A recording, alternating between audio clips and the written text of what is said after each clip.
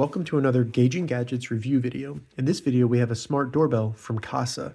So the Kasa Smart doorbell is packed with tons of features, including 2K resolution video.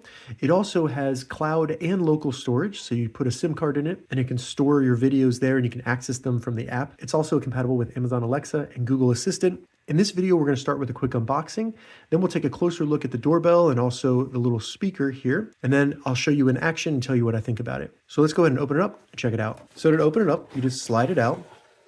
On top, we have a quick start guide, and as you can see, you download the app, and then once it's powered, you just add it in the app. Right here, we have the actual speaker for the doorbell, and this goes inside and just plugs into a wall. We have some wiring accessories for connecting this to power, and then you also have some installation accessories. We have the actual doorbell camera right here.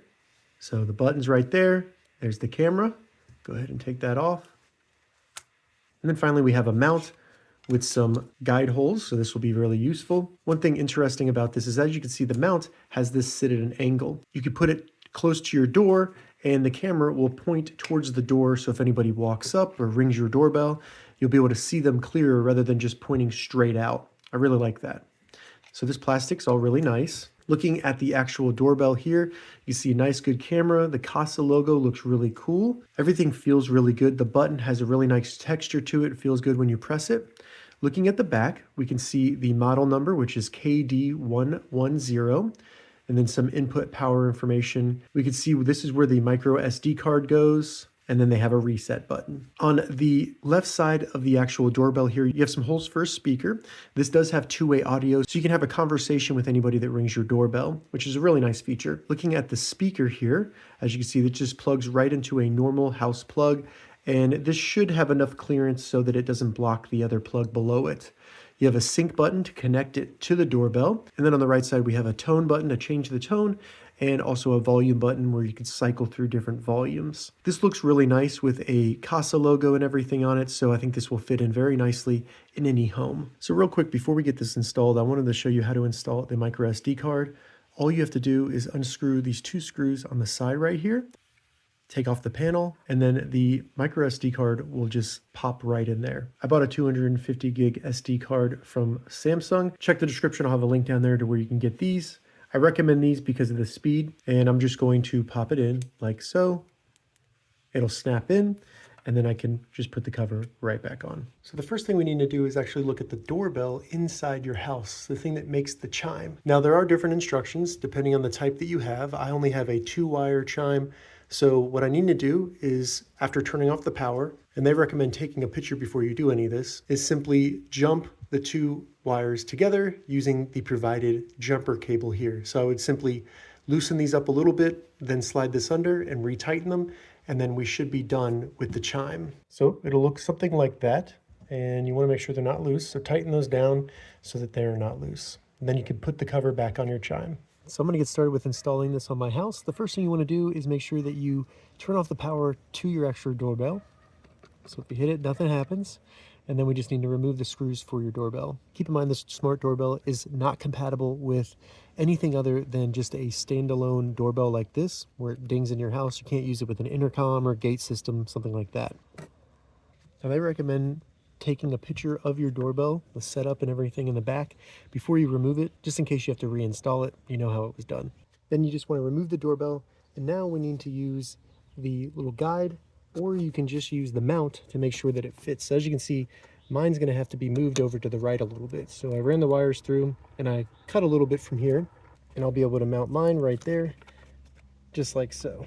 So now with the wire exposed, you just want to take this tool right here that has wire on one end and then this little connector on the other, and then a wire connector. And you may have to trim the existing wire, but then you just want to line these two up like so, and then just tighten this down on it.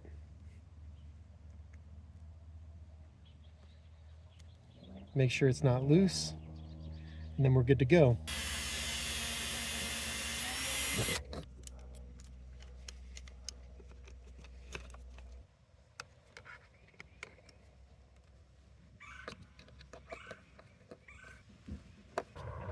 Now we just loosen the screws here, install the wire, and then tighten down the screw. Then once you get the camera on there, just turn on your power. We should be ready to connect to Wi-Fi. Small light on the front will start blinking green and orange. That means that we're ready to connect.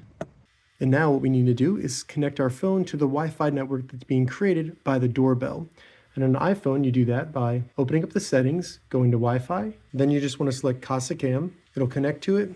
Once it connects, go back to the Kasa app, select I'm already connected, and then it will connect to your doorbell. Now we just need to tell our new doorbell which Wi-Fi network we want it to connect to. So this will be your home network or whatever you want to use to connect it to the internet. So now it'll start communicating that to the doorbell and get it hooked up to the internet. Now we just need to give the doorbell a name and select save. Keep in mind, if you're using this with a voice assistant such as Amazon Alexa, this will be the name that you use to control the device with your voice assistant. Now we can turn on notifications, which I'm going to do because I want to know if it picks up any movement. We can turn on 24/7 recording. I'm going to disable that initially. Now we just need to pair our Chime by plugging it in. So I'll just plug it in and I'll select start pairing in the app. So now we just hold down the sync button for 3 seconds.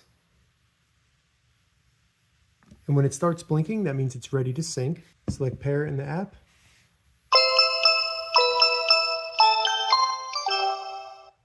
And then it will make a sound, as you just heard, and we can select next. So now we can use the buttons on the side to change the volume and tone.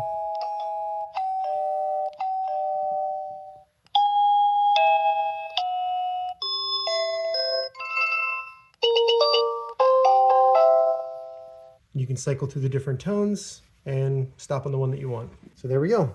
It's now set up and ready to use. So now when I hit the doorbell, you can hear it inside. All right, so now that we have the doorbell camera installed, we can go ahead and open up the Kasa app. And when we scroll all the way down to the bottom, if you have a large list of items like me, you'll see the camera section, and then you can select your doorbell camera.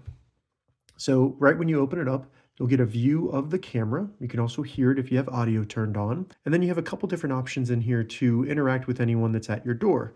So first, you can select this little message icon.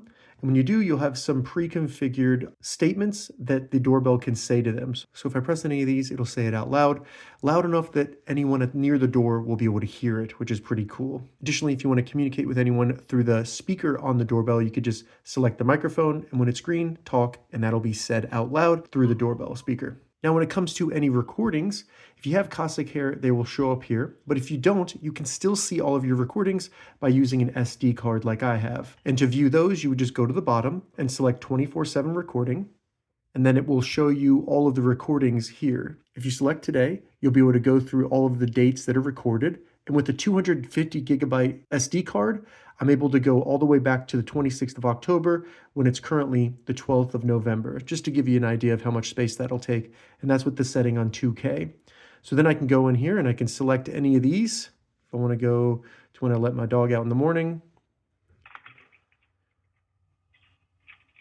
you can see me walk out.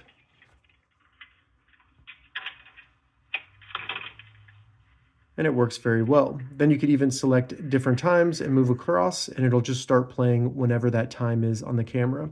As you can see, the footage looks really good. You can see all the way over to the street over here, and including the walkway up to my front door. So really cool and very wide angle viewing, so you can catch a lot in your video. Just for an example of a nighttime shot, you can see when I took my dog out at night, it does have a night vision, and you can still see faces and everything like that with no issue. So very happy with that so far. Additionally, in here, you can select the camera icon to take a screenshot or even record that, and it'll save it to your camera roll on your phone. At the bottom here, we also have the option to schedule when the camera is on or off or in privacy mode. So you can have it turn on or off at certain times and then decide which day of the week that'll be on. And this can be useful if you want to have some privacy or if you don't want to get notifications during that time. Additionally, you can turn on Do Not Disturb mode, and if anyone rings your doorbell, it will not ring inside the house, which is nice to be able to do that if you have a baby sleeping or something like that, and if you just don't want to be bugged by any notification. And you can put a schedule on that as well. Additionally, we can go up into the settings up here, and we can first disable the camera, change the name of it, then you could turn on your detection and sensitivity. if you wanted to have motion detection or person detection. I like to use person detection more, so I don't get a notification for every squirrel or bird that lands on my front porch. If someone walks up to it, I will get a notification, and it's usually accurate. And you can even set up the location of where you want it to look for the person and then the sensitivity. Also in here, we can turn on and off the 24-hour recording and the audio for that recording. So if I go in here, you can see how much storage is available. And one thing about this storage space here is that it doesn't just stop recording when it's full. It'll just record over the oldest footage, so you always have the latest footage available. You can also change the video quality and turn on or off the night vision mode, and have a light show up on the doorbell, which makes it easier to find the doorbell at night. All right, so that's everything for the Kasa doorbell. Overall, I really like this product. The video quality is great. I like that you don't have to have the paid premium subscription to be able to view your recordings. All you need is an SD card, and it's all going to be saved in the SD card, not in the cloud.